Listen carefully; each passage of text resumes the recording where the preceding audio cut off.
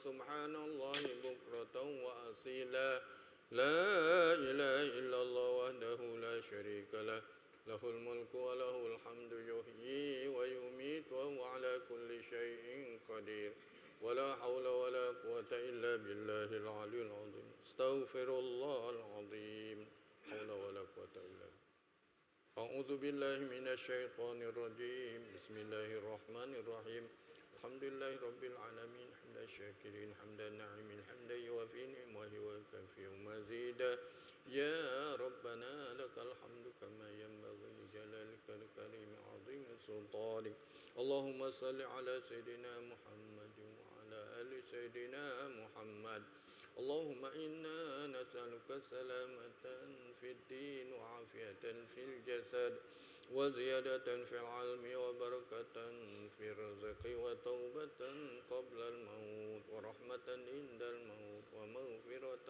بعد الموت اللهم هون علينا في سكرات الموت والنجاة من النار والعفو عند الحساب ربنا لا تزغ قلوبنا بعد إذ هديتنا وهب لنا من لدنك رحمة إنك أنت الوهاب ربنا اغفر لنا ولإخواننا الذين سبقونا بالإيمان ولا تجعل في قلوبنا غلا للذين آمنوا ربنا إنك رؤوف رحيم ربنا لا تؤاخذنا إن نسينا أو أخطأنا ربنا ولا تحمل علينا إصرا كما حملته على الذين من قبلنا ربنا ولا تحملنا ما لا طاقة لنا به واعف عنا واغفر لنا وارحمنا أنت مولانا فانصرنا على القوم الكافرين ربنا هب لنا من أزواجنا وذرياتنا قرة أعين واجعلنا للمتقين إماما ربنا ظلمنا أنفسنا وإن لم تغفر لنا وترحمنا لنكونن من الخاسرين ربنا آتنا في الدنيا حسنة وفي الآخرة حسنة وقنا عذاب النار سبحان ربك رب العزة عما يصفون وسلام على المرسلين والحمد لله رب العالمين الفاتحة أعوذ بالله من الشيطان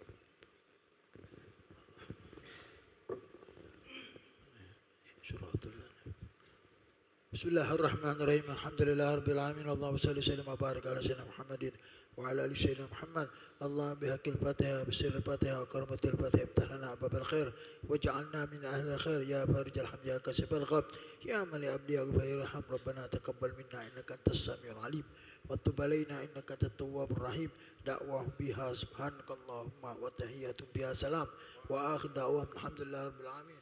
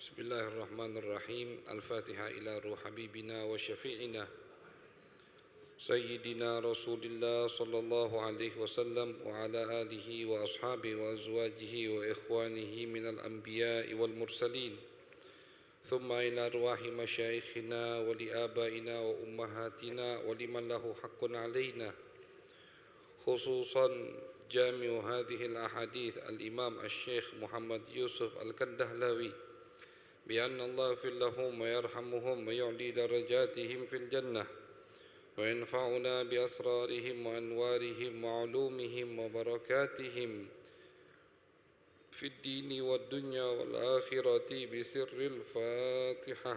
أعوذ بالله من الشيطان الرجيم. بسم الله الرحمن الرحيم. الحمد لله رب العالمين الرحمن الرحيم مالك يوم الدين إياك نعبد وإياك نستعين اهدنا الصراط المستقيم صراط الذين أنعمت عليهم غير المغضوب عليهم ولا الضالين آمين. بسم الله الرحمن الرحيم. الحمد لله رب العالمين وبه نستعين على أمور الدنيا والدين وصلى الله على سيدنا محمد خاتم النبيين وعلى آله وصحبه أجمعين. رب اشرح لي صدري ويسر لي أمري واحلل عقدة من لساني يفقه قولي. سبحانك لا علم لنا إلا ما علمتنا إنك أنت العليم الحكيم. أما بعد. الحمد لله وبالسند المتصل إلى الإمام الشيخ محمد يوسف الكندهلاوي رحمه الله تعالى ونفعنا به وبعلومه وبعلوم مشايخنا وبعلوم سائر الصالحين في الدارين آمين. إلى أن قال في كتابه حياة الصحابة الباب الأول باب الدعوة إلى الله وإلى رسوله صلى الله عليه وسلم. الدعوة للأفراد والأشخاص دعوة النبي صلى الله عليه وسلم لأبي بكر رضي الله عنه. Bab pertama di dalam kitab Hayatus Sahabah itu adalah bab yang masih menerangkan tentang bagaimana berdakwah di jalan Allah, berdakwah di jalan Nabi besar Muhammad sallallahu alaihi wasallam. Bab ini sangatlah penting untuk kita semua sebagai umat Nabi besar Muhammad sallallahu alaihi wasallam yang diperintahkan sama Nabi kita semua untuk berdakwah di jalan Allah, berdakwah di jalan Nabi besar Muhammad sallallahu alaihi wasallam. Seorang pendakwah itu bekal pertama yang harus dia punya dan dia miliki ketika ingin berdakwah adalah pengetahuan yang luas tentang dakwahnya Nabi besar Muhammad sallallahu alaihi wasallam. Kita mau terjun dakwah, tapi kita enggak tahu bagaimana Nabi berdakwah. Bagaimana Nabi menghadapi orang yang ahmak misalkan, orang yang teka, super teka. Bagaimana Nabi menghadapi Yahudi, bagaimana Nabi menghadapi munafik, bagaimana Nabi menghadapi mukmin tapi ahli maksiat, bagaimana Nabi menghadapi mukmin yang sesekali berbuat salah. Kita mau dakwah kita enggak tahu bagaimana Nabi berdakwah, maka dakwah kita kurang efektif, kurang maksimal nanti hasil dari dakwah kita tersebut. Maka yang ulama mengatakan salah satunya Abu Ya Sayyid Muhammad Alawi Al-Maliki Al-Hasani, beliau di dalam kitabnya Manhajud Da'wah Al-Qudwatul Hasanah fi Manhajid Da'wah ilallah, beliau mengatakan di situ beliau menyebutkan metode atau bekal yang harus dimiliki orang yang ingin berdakwah di jalan Allah. Yang pertama beliau sebutkan yang paling penting adalah kita tahu bagaimana Nabi berdakwah. Jadi sebelum kita mau berdakwah, kita harus tahu bagaimana Nabi berdakwah. Karena dengan kita tahu cara bagaimana Nabi berdakwah, di situ insya Allah dijamin dakwahnya kita, mengajaknya kita ke orang lain akan menghasilkan, akan mendekatkan orang kepada Allah Subhanahu wa taala, karena cara metode yang kita gunakan adalah metode dakwahnya Nabi besar Muhammad sallallahu alaihi wasallam. Tapi kalau orang dakwah cuma karena dibekali dia tahu 1, 2, 10 hadis. Dibekali cuman dia baru baca buku terjemahan, baru baca ayat atau terjemahan Al-Quran, tanpa dia pernah baca sama sekali bagaimana Nabi berdakwah. Inilah muncul akhirnya oknum-oknum atau beberapa pendai yang mana bukan mengajak orang lain ke jalan Allah, malah membuat orang lain itu lari dari ajaran Allah Subhanahu wa ta'ala, lari dari Islam, lari dari Al-Quran, lari dari masjid. Kenapa? Karena yang mengajak tadi tidak menggunakan metode Nabi besar Muhammad sallallahu alaihi wasallam dalam berdakwah mereka. Nah, jadi penting sekali kita tahu cerita hal-hal yang berkaitan dengan baginda Nabi besar Muhammad sallallahu alaihi wasallam. Salah satunya yang dibahas atau yang dikaji oleh Syekh Muhammad Yusuf Al-Kandahlawi di dalam kitab beliau yang kita baca Hayatus Sahabah, yaitu bagaimana Nabi Muhammad SAW berdakwah di jalan Allah Subhanahu wa ta'ala. Di bab ini beliau mengatakan atau beliau akan menyebutkan bagaimana Nabi ketika mengajak orang-orang yang dekat dengan Nabi besar Muhammad, bagaimana dakwah Nabi kepada contoh pertama yang beliau sebutkan adalah bagaimana dakwahnya Nabi kepada Sayyiduna Abu Bakar As-Siddiq radhiyallahu ta'ala an.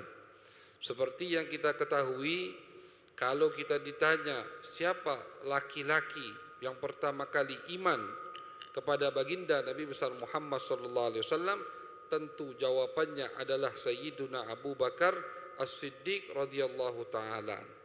Beliau laki-laki pertama yang iman kepada Nabi setelah istri Nabi besar Muhammad As-Sayyidah Khadijah radhiyallahu ta'ala anha. Makanya ulama mengumpulkan perempuan yang pertama kali iman adalah Siti Khadijah. Anak laki-laki kecil yang pertama kali iman adalah Ali bin Abi Thalib. Ya, laki-laki dewasa yang pertama kali iman kepada Nabi adalah Abu Bakar As-Siddiq. Ya, kemudian mantan budak yang pertama kali iman kepada Nabi Zaid bin Harithah, budak hamba sahaya, statusnya masih hamba sahaya, yang pertama kali iman kepada Nabi adalah Bilal bin Rabah, muadzin, tukang azannya Nabi besar Muhammad sallallahu alaihi wasallam. Nah, Abu Bakar As-Siddiq adalah orang yang pertama kali diajak oleh Nabi besar Muhammad sallallahu alaihi wasallam di masa 3 tahun pertama kali beliau menjadi nabi.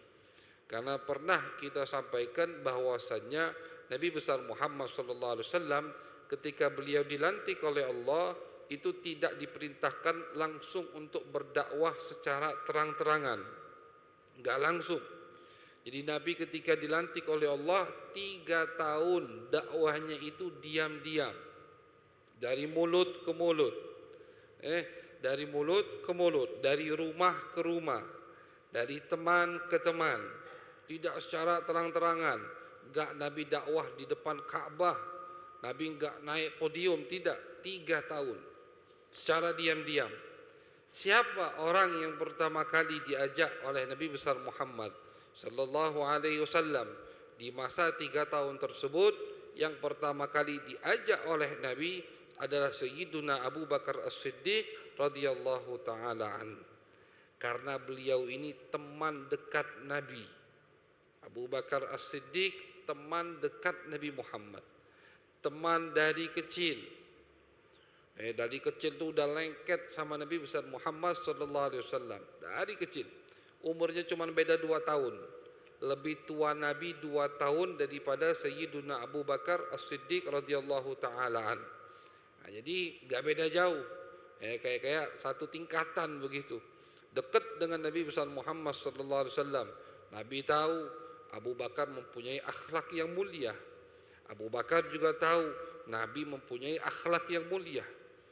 Sayyidina Abu Bakar diriwayatkan termasuk orang yang tidak pernah mabuk walaupun di zaman jahiliyah. Beliau termasuk orang yang tidak meminum khamr, arak, walaupun waktu itu belum ada Islam. Karena menurut beliau arak ini merusak atau menghilangkan akal. Sesuatu yang menghilangkan akal itu enggak bagus, enggak mulia, makanya enggak beliau minum. Nah, jadi ada beberapa sahabat yang dari zaman jahiliyah mereka enggak mabuk, enggak pernah minum arak. Dan Sayyiduna Abu Bakar As-Siddiq radhiyallahu taala anhu diriwayatkan termasuk juga orang yang enggak pernah sujud kepada berhala. Karena tadi mempunyai akhlak yang mulia, cerdas, sehingga beliau ketika mau sujud kepada berhala, kenapa harus sujud ke batu begitu? Batu ini jadi tanpa ada syariat pun ada sebagian orang itu bisa mengetahui adanya Allah Subhanahu wa taala tanpa ada syariat. Makanya di zaman Nabi besar Muhammad sallallahu alaihi wasallam ada sisa-sisa orang yang enggak pernah nyembah berhala. Salah satunya Waraqah bin Naufal, sepupu Siti Khadijah radhiyallahu taala anha. Itu beliau enggak ngikut agama orang Mekah. Karena dengan logika, ini batu ini kita buat. Batu ini kita buat, kita pahat. Kemudian habis itu kita sembah. Makanya diriwayatkan Sayyidina Umar bin Khattab radhiyallahu taala beliau itu pernah dilihat oleh murid-muridnya ketika beliau sudah Islam, sudah jadi khalifah, suka senyum sendirian. Ditanya sama murid-muridnya atau sama tabi'in yang duduk bersama beliau, kenapa engkau tersenyum sendiri wahai khalifah, wahai sahabat Nabi besar Muhammad? Dijawab sama Sayyidina Umar, aku teringat masa jahiliyah dulu, kata Sayyidina Umar. Aku ingat pernah satu waktu aku buat berhala dari makanan, dari gandum, dari kurma begitu. Dibentuklah tadi makanan itu bentuk berhala. Kemudian aku sembah, kata Sayyidina Umar. Setelah aku sembah, pas datang waktu makan, aku lapar, aku makan. Jadi Tuhan yang dia buat, dia sembah, kemudian dia makan. Tersenyum Sayyidina Umar, istilahnya alangkah bodohnya kita dulu di zaman jahiliyah, disesatkan oleh setan. Beliau senang mendapatkan hidayah dari Allah melalui perantara Nabi besar Muhammad sallallahu alaihi wasallam. Jadi ada beberapa orang yang walaupun tidak sampai kepada mereka syariat Islam atau syariat Allah Subhanahu wa taala, mereka bisa mencari tahu dan mereka bisa yakin bahwasanya ada Tuhan yang menciptakan alam semesta ini. Walaupun mereka tidak tahu namanya Allah. Makanya sebagian daripada pendapat ulama Ahlus Sunnah wal Jamaah, ini pendapat tidak mu'tamad, cuman hanya beberapa ulama yang mempunyai pendapat seperti itu, bahwasanya tidak disyaratkan bahwa orang itu wajib iman kepada Allah harus sampai kepadanya syariat Islam atau syariat Allah, enggak disyaratkan. Artinya umpama ada orang yang tinggal di tengah hutan, tidak tahu sama sekali tentang agama, orang itu tetap harus yakin, harus iman bahwasanya ada Tuhan yang menciptakan alam semesta ini. Walaupun gak pernah sampai kepadanya syariat manapun, baik syariat Islam atau sebelum syariat Islam, syariat Nabi Musa, syariat Nabi Isa dan seterusnya. Gak tahu tentang agama, gak ada syariat nyampai kepadanya karena dia jauh tinggalnya di tengah atau di pelosok tengah hutan, tetap harus dia meyakini, harus ini wajib hukumnya, bahwasanya yang menciptakan alam semesta ini adalah Tuhan yang Maha Esa, walaupun dia tidak tahu namanya, harus yakin. Kenapa? Karena itu bisa digapai, bisa dia yakini melalui akalnya. Begitu.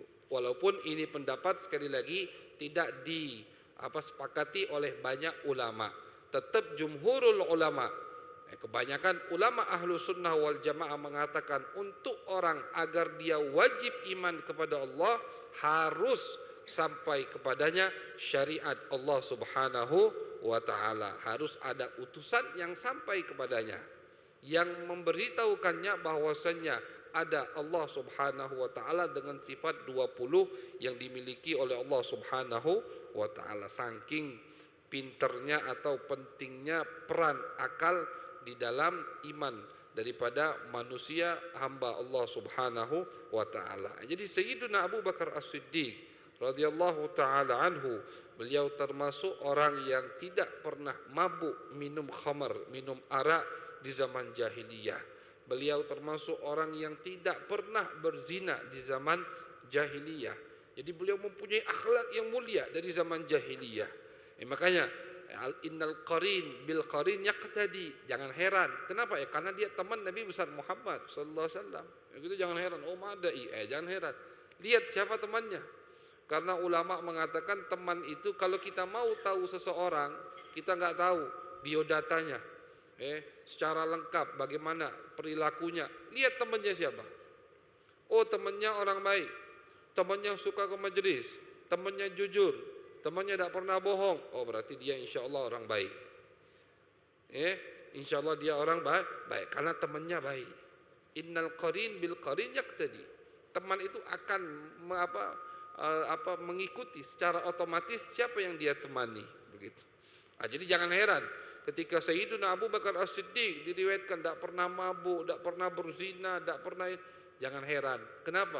Karena teman dari masa kecilnya adalah baginda Nabi besar Muhammad sallallahu alaihi wasallam. Jadi enggak heran beliau mempunyai akhlak-akhlak yang mulia walaupun beliau atau waktu itu masih zaman jahiliyah, belum ada syariat Islam, belum dilantik Nabi besar Muhammad sallallahu alaihi wasallam. Ketika Nabi dilantik dan Nabi diperintahkan oleh Allah untuk berdakwah secara diam-diam, orang rumah Nabi sudah Islam semua. Istri beliau Siti Khadijah masuk Islam. Sepupu beliau yang beliau angkat menjadi anak Sayyidina Ali bin Abi Thalib, yang maksudnya yang beliau asuh dari kecil, masuk Islam. Putra beliau sudah meninggal semua. Putri beliau masuk Islam. Mantan budak beliau Zaid bin Harithah masuk Islam. Di sini Nabi mulai memikirkan siapa orang luar yang bukan penghuni rumah yang aku akan ajak ke agama Islam. Langsung terlintas di benak Nabi besar Muhammad sallallahu alaihi wasallam Sayyiduna Abu Bakar As-Siddiq. Didatangi sama Nabi besar Muhammad sallallahu alaihi wasallam. Didatangi sama Nabi Muhammad sallallahu alaihi wasallam. Ketika Nabi mendatangi Sayyiduna Abu Bakar As-Siddiq, Sayyidina Abu Bakar As-Siddiq mengatakan, "Wahai Abul Qasim." Belum ada panggilan Rasulullah karena Nabi belum ngajak dia untuk masuk Islam. "Ya Abul Qasim, wahai bapaknya Qasim, kenapa aku tidak melihatmu sering sekarang duduk di majlis-majlis kaummu?" Karena Nabi sudah mulai. Beliau itu sebelum dilantik sama Allah setengah tahun itu suka khalwat, suka uzlah, menyendiri di mana? Di atas gunung, di Gua Hira. Itu sebelum beliau dilantik oleh Allah Subhanahu wa ta'ala. Bahkan diriwayatkan 2 atau 1 tahun, 2 tahun sebelum beliau dilantik oleh Allah. Senang beliau uzlah, menyendiri, ditinggalkan sudah, jarang kumpul, jarang nongkrong, begitu. Akhirnya ketika Nabi datang kepada Abu Bakar As-Siddiq, Sayyidina Abu Bakar negur atau bertanya, "Wahai Abul Qasim, wahai bapaknya Qasim, kenapa kau jarang duduk sekarang dengan rombongan atau dengan orang-orang Mekah, jarang nongkrong bareng? Kemana? Kenapa?" Dijawab sama Nabi besar Muhammad SAW, ya Aba Bakrin. Langsung Nabi jawab, to the point, "Inni Rasulullah ad'uka ilallah." Wahai Abu Bakar, aku adalah utusan Allah dan aku mengajakmu ke jalan Allah Subhanahu wa ta'ala. Dan disampaikan sama Nabi Muhammad apa isi dari syariat Islam, bahwa yang disampaikan sama Nabi harus menyembah Allah wahdahu la syarikalah, bukan berhala-berhala yang ada. Cocok dengan Abu Bakar As-Siddiq. Oh benar. Apalagi tidak boleh mencuri, tidak boleh berbuat zalim, tidak boleh berzina, tidak boleh. Ini ajaran Islam adalah akhlak-akhlak yang mulia. Makanya orang yang mempunyai akhlak yang mulia, ketika disodorkan kepadanya syariat Islam secara benar, itu cepat akan menerima syariat Islam. Dengan syarat garis bawah yang dihadapkan kepadanya syariat Islam secara benar. Jadi yang ngajak ini juga orang yang tahu agama, tahu bagaimana berdakwah, begitu. Orang yang mempunyai akhlak yang mulia ketika dihadapkan kepada syariat Islam akan tunduk kepada syariat Islam. Enggak boleh berbuat zalim di Islam, enggak boleh berbuat zalim. Enggak boleh zalim atau harus menjaga hak-hak tetangga di Islam sangat diajarkan. Banyak sekali semua. Makanya ketika Nabi menyodorkan kepada Abu Bakar As-Siddiq syariat Islam, Sayyidina Abu Bakar As-Siddiq radhiyallahu taala an, beliau spontan langsung mengucapkan 2 kalimat syahadat tanpa mikir, tanpa minta waktu sama Nabi untuk berfikir dulu di rumah, enggak. Langsung spontan. Spontan beliau langsung mengucapkan 2 kalimat syahadat dan beliau iman kepada Nabi besar Muhammad sallallahu alaihi wasallam. Nah, ini momen atau ini apa yang dilakukan oleh Abu Bakar As-Siddiq diingat terus sama Nabi. Tidak pernah dilupakan sama Nabi besar Muhammad sallallahu alaihi wasallam. Ketika ada sahabat yang cekcok, biasa manusia, cekcok, ada masalah dengan Sayyidina Abu Bakar As-Siddiq, dimarahi sama Nabi besar Muhammad SAW. La tu'dzuni fi ashabi, kata Nabi, jangan ganggu kawan-kawan aku, jangan ganggu Abu Bakar.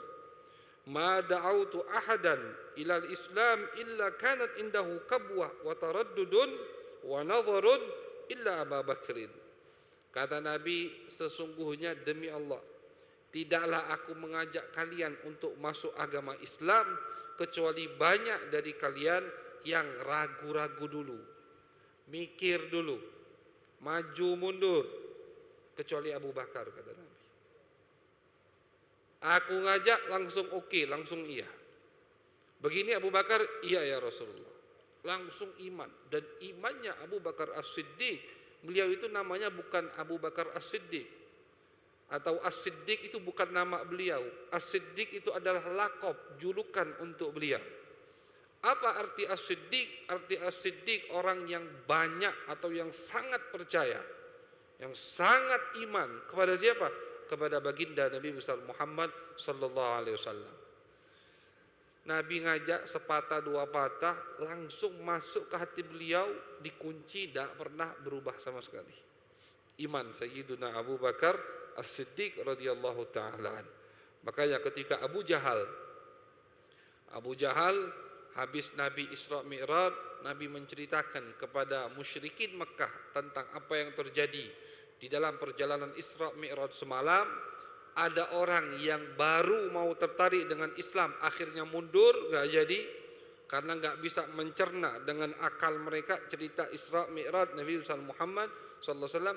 Abu Jahal senang. Akhirnya Abu Jahal datangi Abu Bakar As-Siddiq, berharap apa? Berharap Abu Bakar murtad atau meninggalkan Nabi besar Muhammad. Dengan pedenya Abu Jahal datang ke Sayyidina Abu Bakar As-Siddiq. Kata Abu Jahal, wahai Abu Bakar, kau tahu tak cerita temanmu itu? Apa kata Sayyidina Abu Bakar? Sayyidina Abu Bakar belum tahu, karena ini masih pagi. Belum tahu Sayyidina Abu Bakar cerita Isra Mi'raj. Muhammad mengatakan begini. Jadi Abu Jahal menceritakan kepada Abu Bakar apa yang dia dengar dari Nabi. Abu Jahal menceritakan kepada Abu Bakar apa yang dia dengar dari Nabi.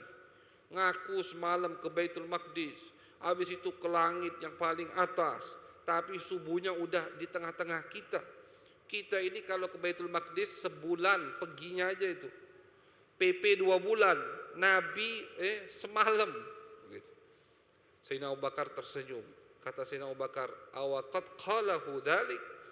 Kata Sayyidina Abu Bakar, betul yang mengucapkannya, yang menceritakan kepadamu adalah Muhammad? Iya, kata Abu Jahal, aku dah bohong.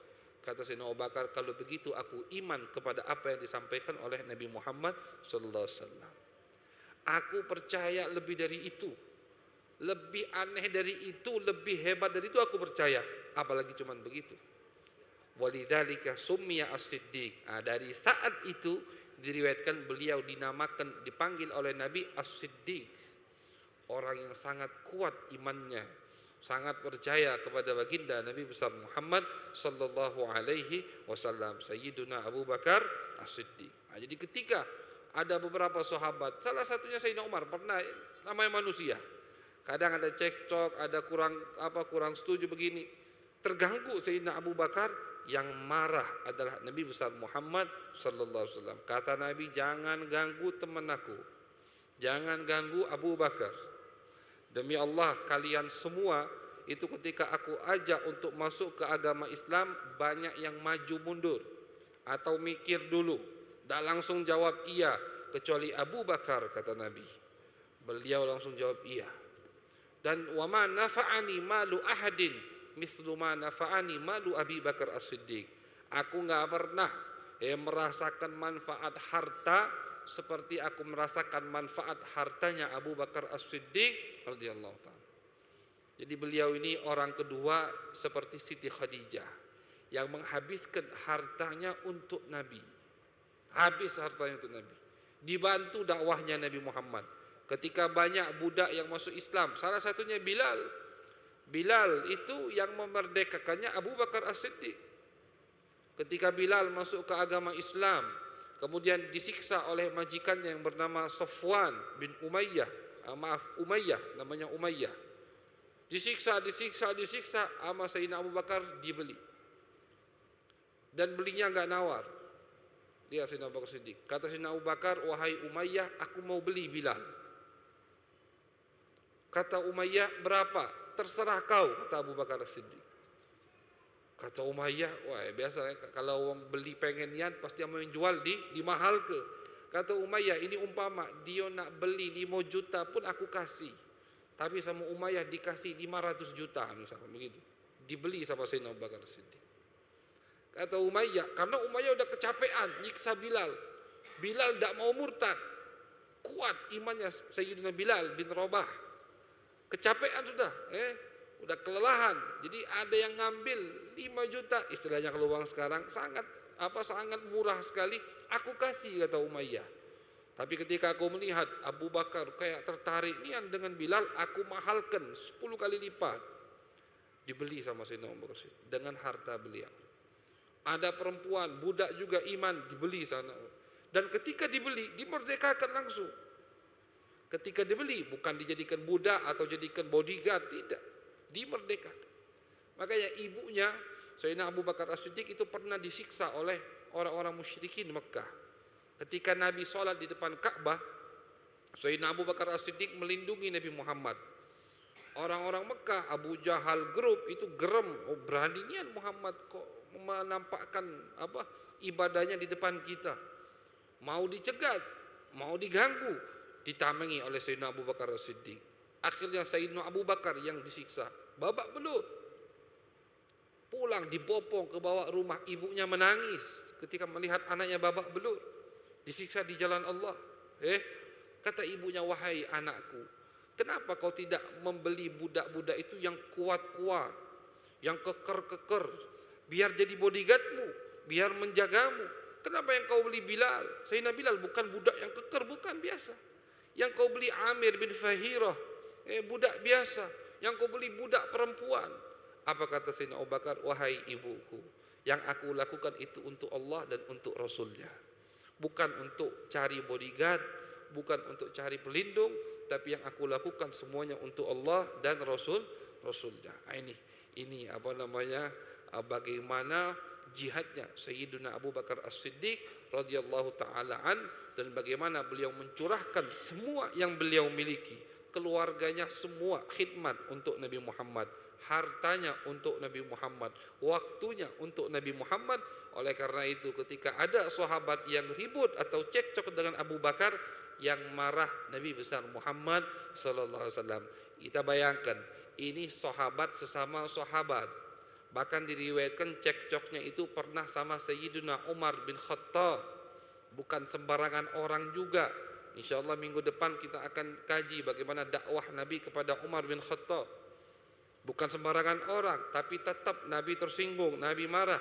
Bayangkan kalau ada orang di akhir zaman yang berani mencaci Abu Bakar As-Siddiq, yang berani meragukan keimanan, yang berani meragukan suhbah, bahwasanya Abu Bakar adalah sahabat Nabi. Kira-kira terganggu tidak Nabi besar Muhammad?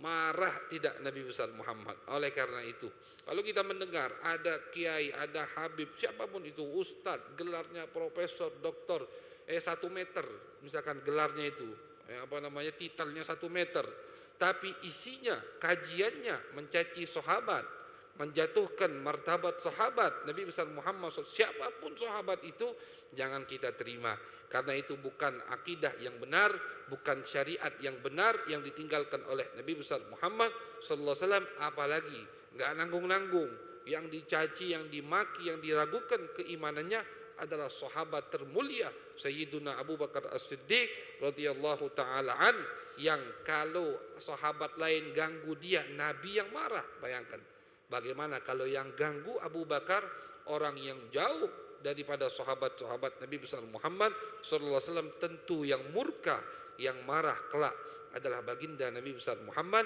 sallallahu alaihi wasallam. Itu kurang lebih cerita bagaimana Nabi berdakwah. Jadi gampang, simpel. Nabi ngajak Abu Bakar nggak ribet, nggak ruwet. Cuman 2 kalimat, 3 kalimat langsung oke diterima oleh Sayyiduna Abu Bakar As-Siddiq radhiyallahu taala anhu wa ardah wa anis sahabati ajma'in. Amin ya rabbal alamin. Allahumma aghnina bil ilmi wa zayyinna bil hilmi wa akrimna bit taqwa wa jamilna bil afiyah.